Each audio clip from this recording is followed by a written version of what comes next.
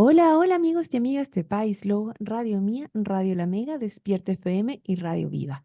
Soy Rocío Gambra y esto es un nuevo Política Podcast. El día de hoy tenemos un invitado especial, Juan Sebastián Montes, ex intendente de la región de los Lagos, hoy profesor de la Universidad de Boston. ¿Cómo estás, Juan Sebastián? Muy bien, a ti, Rocío, un gusto estar contigo nuevamente y con la gente de Osorno. Así que un saludo a todos. Juan Sebastián, la idea de hoy día, esto es política, pero la política también se basa en cómo nos desarrollamos económicamente. Si es que tenemos o no ese plata o no en el chanchito, y si no somos capaces de generar esa producción, esas lucas, es muy difícil que nos podamos repartir algo. Pero también la economía se mueve también por distintas políticas públicas que se pueden hacer, por distintas certezas también que hay dentro del país. Y dentro de eso te quería preguntar, y es la idea de lo que vamos a conversar el día de hoy, de tu experiencia como intendente, ahora mirándonos desde afuera, de todo lo que tú sabes, de todas las montañas que has escalado, ¿qué- ¿cómo nos ves y por dónde podríamos darle el palo al gato y qué es lo que se necesitaría aquí a nivel local, a nivel regional, para poder impulsar nuestro sistema productivo? Bueno, esta montaña está difícil, lo que no significa que haya que haya que arrepentirse de subirla, porque ya está aquí, el 2024 ya está aquí y tenemos que resolver bien este año y ojalá lo resolvamos lo mejor posible. Y en este sentido también todo lo que el gobierno ayude, independiente de si uno es partidario o no partidario del gobierno, es positivo. O sea, a Chile ojalá que le vaya bien, que le vaya mejor que lo que están las expectativas hoy, que están bastante bajas.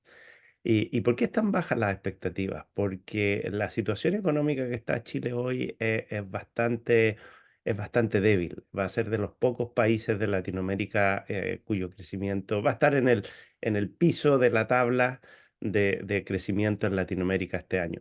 Y en eso hay varias razones.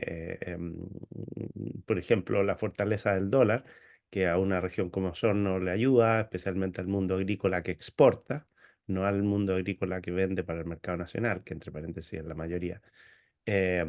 Así que esa fortaleza del dólar hace más difícil las cosas. Probablemente es difícil estimar cómo va a ser el petróleo este año, pero podría variar mucho de acuerdo a la situación de las guerras, a lo que pase en Oriente, etcétera. Pero Chile, para ponerlo en sencillo, va a estar caro. Va a estar caro, va a estar difícil, va a haber poco empleo, va a haber, hay ya estamos en récord histórico de informalidad. Entonces tú si vas a cualquiera de las ferias, en Osorno, incluso en otras ciudades cercanas, Río Negro, Puerto Montt, etcétera, va a haber mucho comercio ambulante porque el mercado informal está muy alto, extremadamente alto.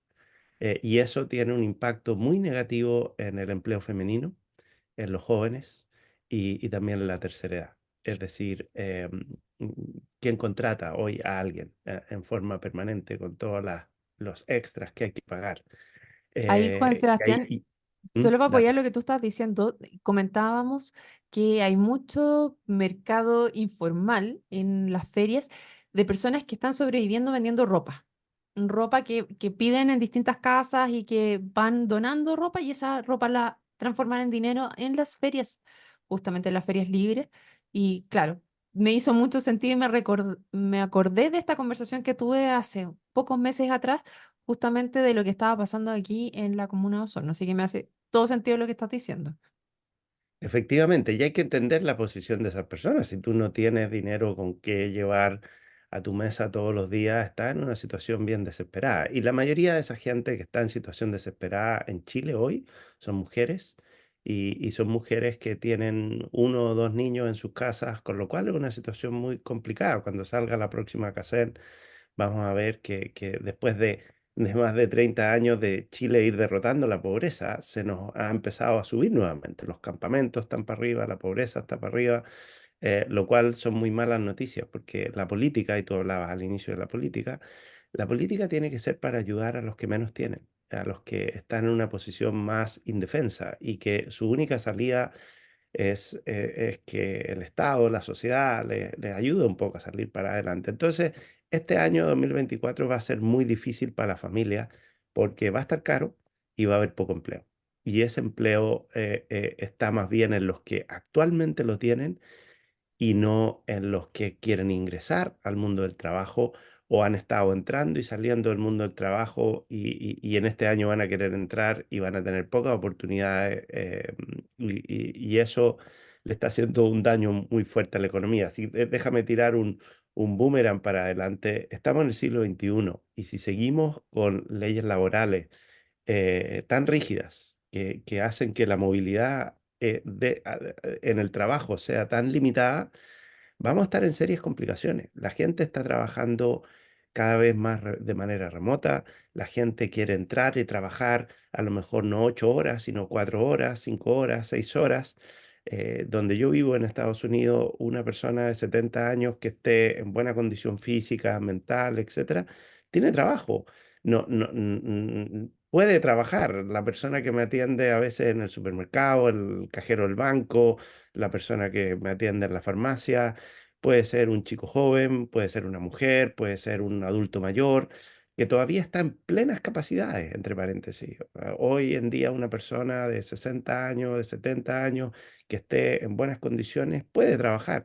Nadie, ojalá no obliguemos a esa persona a trabajar para sobrevivir, pero el trabajo da dignidad, el trabajo te da un dinero autónomo en tu bolsillo, te da autonomía. Si nosotros queremos ayudar a las mujeres en violencia intrafamiliar, etcétera, la mejor manera de ayudar es siempre que esa persona tenga autonomía económica. Si tú tienes autonomía económica, tú te plantas ante la vida y ante otras personas de una manera mucho más fuerte, mucho más aplomada. Si tienes estás en necesidad económica, estás en una situación muy débil.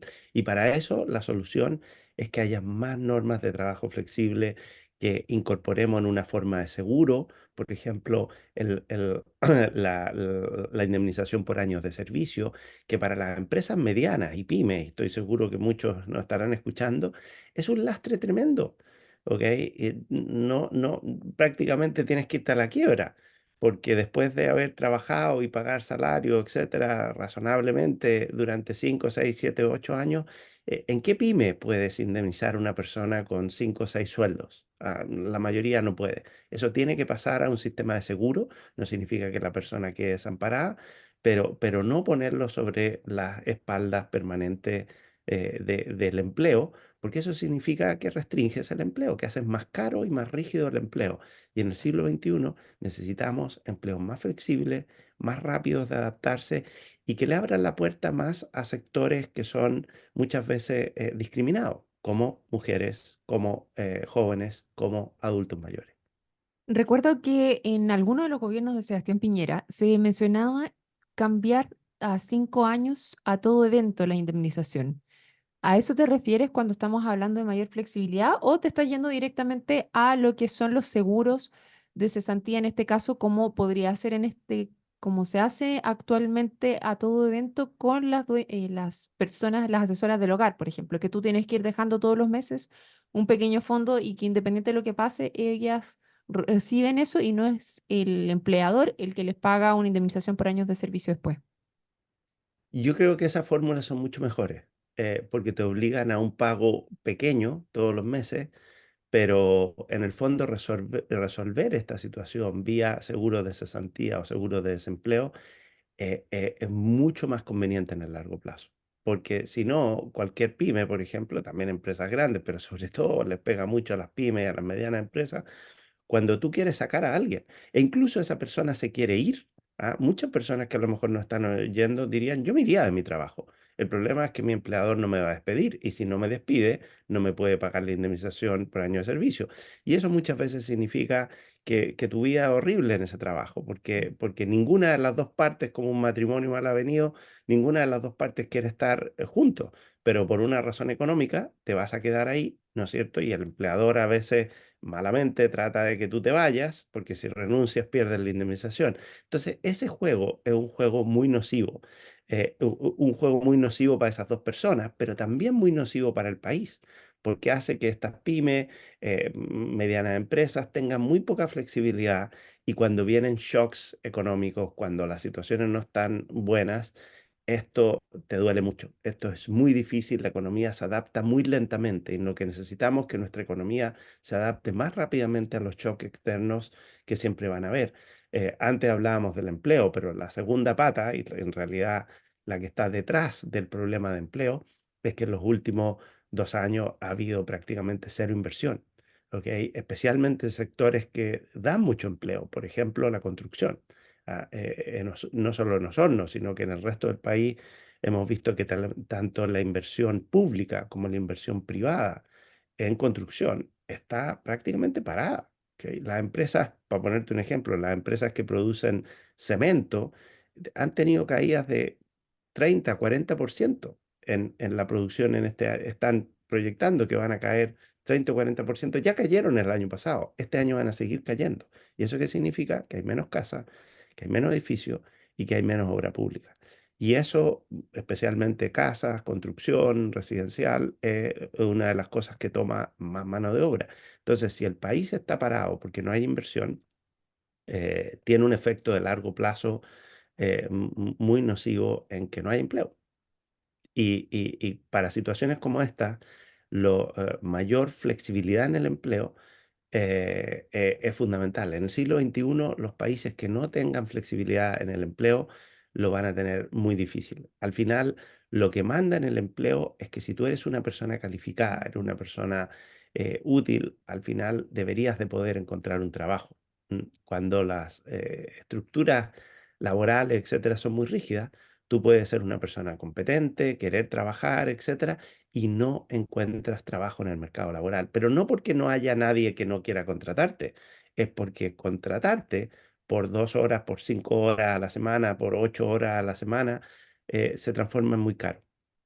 Pero Mm. en ese caso, yo veo como el otro lado, y te voy a hacer la pregunta siendo abogado del diablo, ¿no vas también a la precarización de ese trabajo el hecho de contratar por menos horas? No sé, dado que la persona que se contrata generalmente tiene menor poder de negociación, ¿le estás entregando demasiado poder al empleador para ponerlo de esa manera?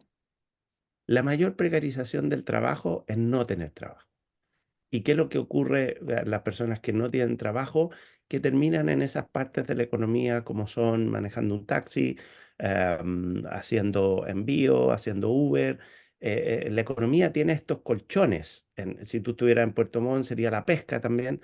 Tiene estos colchones donde la gente se va cuando no tiene pega, cuando no tiene trabajo. Y es muy natural. Yo personalmente, si no tendría trabajo, me pondría a hacer algo, buscaría dinero, haría taxi, vendería comida, vendería ropa, como tú describías antes, tengo que hacer algo. Pero ese trabajo que hoy es el 30% o más de la economía en Chile, es el trabajo precarizado. O sea, no estemos hablando de que la precarización del trabajo sea como una cosa hipotética. Es lo que hoy le ocurre a gran parte de personas que en Chile pueden trabajar y que terminan trabajando en el sector informal. Lo que pasa es que casi todas las últimas reformas a la legislación laboral han ido a robustecer sindicatos, a robustecer la negociación colectiva, en otras palabras, a hacer cosas que ayudan a aquellos que actualmente tienen trabajo, pero no ayudan a abrir la puerta a los que no tienen trabajo. Entonces yo creo que aquí hay que hacer un equilibrio y dentro de ese equilibrio hay que ayudar más a los que no tienen trabajo. No es precarización del trabajo si tú eres una persona que, por ejemplo, no puedes trabajar a lo mejor 40 horas a la semana, pero puedes trabajar 20, ¿ok? Puedes trabajar 15 a un sueldo por hora que sea un buen sueldo de mercado, ¿ok? Y en condiciones razonables. ¿Cuánta gente hoy puede trabajar 10 horas a la semana, 15 horas a la semana, 20 horas a la semana? ¿No es cierto? Y si tú por esa hora pagas lo que corresponde, pagas la tarifa del mercado, yo no veo precarización ahí. Lo que veo es que hay más personas que van a poder encontrar lo que ellos pueden aportar como trabajo y recibir una renta proporcional a esas horas de trabajo. Y estarías entrando dentro de la dinámica de formalizar a aquellas personas finalmente y con todo lo que implica tener un contrato de trabajo per se. Por supuesto, piensa tú, ¿por qué tenemos hoy tan alta formalidad en Chile, informalidad en Chile? Es porque el precio de entrar al mundo del trabajo es muy alto. Entonces la gente se sale, lo evita. Y esto ocurre en muchos trabajos, desde la gente que no da boleta, hasta la gente que obviamente tiene que trabajar en una feria o en un trabajo informal, etcétera. Eso es lo que ocurre. Lo que hay que hacer es bajar el precio de la formalidad, hacer que sea más fácil ser formal. ¿No sé? El problema está que en Chile tenemos una sociedad que cada vez pone más incentivos a estar un poco por fuera, a irse por el costado, ¿no es cierto? A manejar por la berma. Y eso en el largo plazo nos pasa la cuenta. Porque lo que es mejor para cualquier sociedad es que la gente cumpla las reglas, que la gente haga las cosas como corresponde, pero para eso tienes que bajarle esos requisitos para que esas personas puedan entrar. Yo creo que la mayoría de la gente quiere trabajar formal. El problema es que no encuentra trabajo formal. Mm. Y dentro de eso, Juan Sebastián, ¿cómo ves tú? Porque una de las cosas es que las personas puedan entrar a trabajar, que sea más barato, como dices tú, bajarle el precio a la formalidad, pero también a la inversión, a la generación de esos empleos. ¿Cómo ves tú que se pudiese apuntar a generar más empleos actualmente? Recuerdo que una de las cosas que decían es que al estar Marcel como uno de los ministros podía generar esa instancia de confianza con capitales extranjeros y que cuando volvía de las giras en Estados Unidos justamente decía que le iba muy bien. ¿Lo percibes tú de la misma manera? Chile sigue siendo percibido de una manera favorable en el exterior. Y en gran parte porque mucho del barrio en que estamos es percibido en una manera muy desfavorable, sobre todo por el aumento de la violencia, la influencia del narco. El narco te lleva aparejado todo un tema de lavado de dinero, etcétera. Estamos en un barrio que se ha puesto peorcito. Y Chile dentro de todo sigue teniendo una reputación bastante buena. Esa reputación se puede caer, sí. Por lo tanto, no es raro que a Marcel la gente lo escuche cuando vaya afuera, porque hay cierta credibilidad país. ¿Ok? Y Marcel me parece una persona competente. El punto está que tú tienes que hacer una agenda pro crecimiento realmente robusta para una crisis como está ahora y sobre todo creértela. ¿Ok? Y yo creo que ese es el problema que hoy existe, que hay muy baja credibilidad, por dos motivos fundamentales. El tema de la violencia está afectando, ¿ok? El tema de la violencia hace que todos los chilenos, si al final tú, yo, tú, cualquiera pone plata, ¿no es cierto? Se compra una casa, hace una inversión a su nivel, etcétera, porque crees que las cosas van a ir mejor adelante, pero hay una sensación cada vez más fuerte de inseguridad que le está haciendo muy mal al país. Yo diría que es el problema número uno que tiene el país, lejos, ¿ok? El problema de la violencia, la influencia del narco, estas áreas que quedan como sin ley dentro del país, desde el secuestro de este venezolano, etcétera, y después homicidio, Teniente estas Esteban. cosas que están apareciendo, felizmente, o sea, no felizmente, aparecen en Santiago, no aparecen tanto en regiones, pero es un tema de tiempo. Esto es muy malo. Y en segundo lugar, las condiciones económicas tampoco no son muy favorables. ¿Ok? Yo creo que había un discurso contra la inversión, contra la empresa, contra el lucro, que ya lleva muchos años. Y eso está haciendo mella. Entonces las personas dicen, bueno, ¿y qué me conviene más? Especialmente con altas tasas de interés, poner mi plata afuera, hacer que rente en otro lugar. En Chile, desde el famoso estallido social, han salido más de 70.000 millones de dólares de plata del bolsillo de inversionistas que dijeron, ¿sabes qué más? No la vamos a invertir en Chile. Y esto salió. Y esas platas no van a volver fácilmente. Es difícil. Ahora, esto es el destino de prácticamente todos los países en Latinoamérica, yo diría, excepto Chile. Esto es como vive la economía argentina, cómo vive la economía en Brasil, cómo vive la economía en Colombia y cómo vivía la economía en Venezuela, uno de los países, entre paréntesis, más ricos de la región, por lejos. Y paulatinamente la violencia fue penetrando, la corrupción fue penetrando, el narco fue penetrando y las familias, primero el dinero, después las mismas familias, se fueron yendo. Y eso es una realidad muy triste que le está pasando hoy a Chile. Entonces tú tienes que hacer una agenda no tímida, tienes que hacer una agenda muy robusta pro inversión para que te crean. Y lamentablemente el año pasado, que todos estos signos ya eran visibles, porque todos los indicadores económicos estaban indicando una crisis de inversión y una crisis en el mercado laboral de gran proporción. La agenda pro crecimiento fue extremadamente tímida, muy, muy tímida, ¿te fijas? Eh, ¿Se puede? Chile puede en los próximos 10 años cambiar, por supuesto. Y yo te diría que hay dos cosas sumamente importantes en eso. Una transformación muy fuerte en el Estado. El Estado puede ser más eficiente y hoy no lo está haciendo. Tiene que haber una transformación. Tiene que haber una agenda de seguridad, porque al final la seguridad, como hablábamos antes, está vinculada a la inversión, al empleo.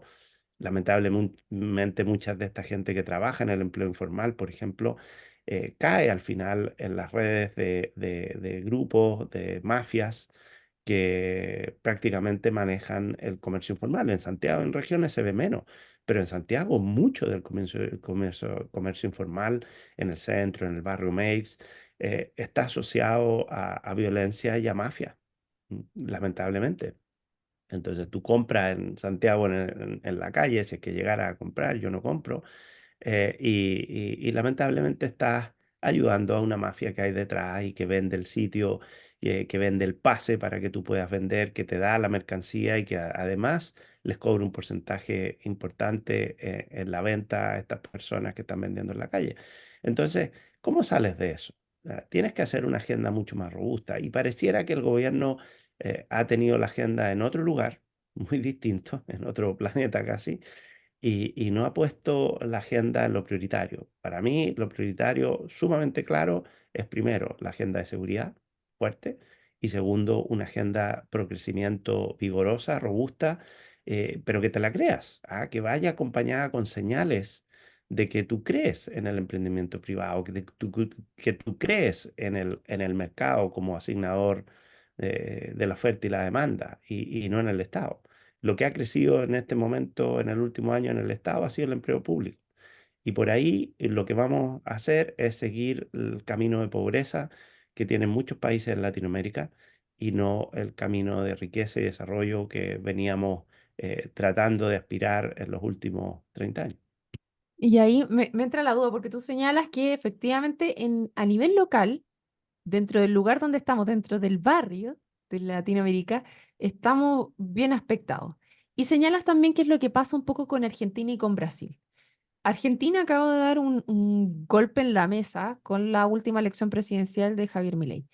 ¿Hay algo ahí? ¿Cómo lo están viendo? ¿Ves tú? Porque una de sus principales propuestas era como en esta misma línea, o sea, aumentemos la eficiencia del Estado, no hay plata, yo creo que todos vimos ese no hay plata, em, pero vamos hacia la inversión. ¿Cómo has visto tú que se ha dado estos meses que ha estado ahora Javier Milei en Argentina? Yo creo que el mercado está expectante después de más de 100 años de Argentina yéndose por el mal camino. Porque además el Estado no solo estaba corrupto, sino que estaba corrupto porque estaba capturado por intereses, ¿no es cierto? No puede ser que una persona eh, asuma la presidencia prácticamente con nada de dinero y después termine la presidencia con cientos de millones de dólares, ¿no es cierto?, en hoteles y cosas así la Patagonia. Lo que provocó el kirchnerismo, pero el kirchnerismo fue el final de una ola de corrupción. Cuando tú no tienes manera de generar riqueza a través del mercado, etcétera, entonces la gente se va hacia el Estado, a esquilmar el Estado, a sacarle la plata al Estado. Lamentablemente en Latinoamérica esta idea de que paga Moya y que cuando sacamos plata de todos los chilenos, como que no fuera malo, porque es algo que ocurre ahí distante de mi bolsillo, es una muy mala idea. Cuando alguien le roba al Estado, que es distinto que le roba a un privado, robar siempre es malo, pero robarle al Estado es más pernicioso aún porque le estás sacando dinero a prioridades que son los más débiles de la sociedad. Y en Latinoamérica en general ha sido una lamentable nota común en que esquilmar, robar desde el Estado es lo más fácil. Y eso es lo que ocurrió durante muchísimo tiempo en Argentina. Yo espero que mi ley reverse esto, pero es muy duro mirar los casos de Argentina o los casos como Bukele en que pareciera que la única manera de ajustar esto es el péndulo, es irse completamente para el otro lado, ¿no es cierto? Entonces nos vamos a ir un péndulo totalmente a la izquierda y después nos vamos a ir un péndulo totalmente a la derecha.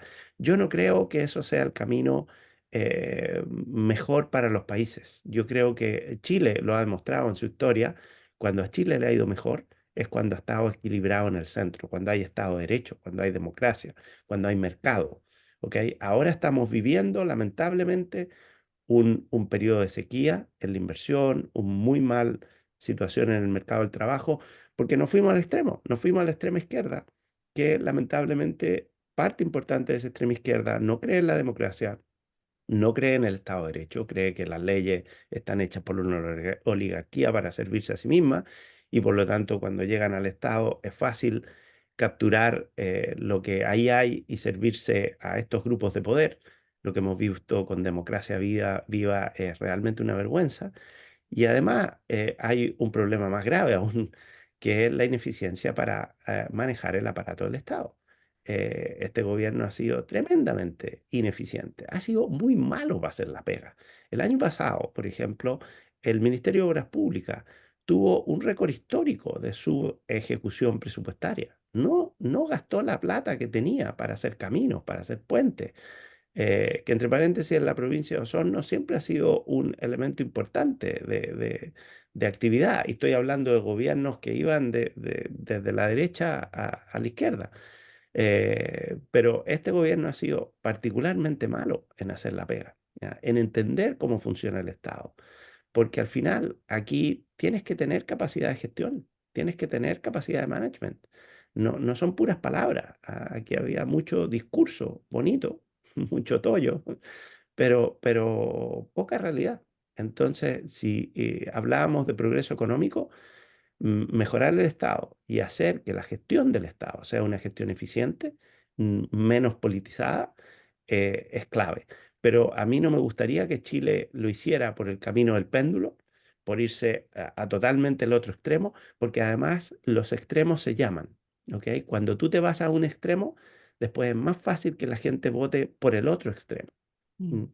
En los países, como las personas, nos equilibramos cuando somos más consistentes, como vamos más con el medio y agrupamos más gente. Estado de Derecho, economía de mercado, democracia, son los caminos para hacer un país más próspero y que haya más incentivos a la inversión. Bueno, súper interesante la reflexión que nos haces el día de hoy, Juan Sebastián, para poder entender un poco qué es lo que ha pasado, hacia dónde vamos y con estos desafíos, tanto en materia de seguridad como de generar las condiciones económicas, de realmente creerse el cuento de que estamos pro inversión para poder generar esos empleos que van a ser tan necesarios para poder tomar esta capacidad que vemos, esta inseguridad dentro de las personas que en este minuto se encuentran sin empleo y que necesitamos entregarle el empleo formal para poder sacarlos del lugar en el cual se encuentran actualmente de desprotección, finalmente, poder tener esas herramientas. Te quiero agradecer por conversar con nosotros el día de hoy y también agradecer a todos los que se sumaron a esta conversación, invitarlos el día de mañana a otro capítulo del Política Podcast. Muchas gracias, Juan Sebastián. Nos vemos. Muchas gracias a ti, Rocío.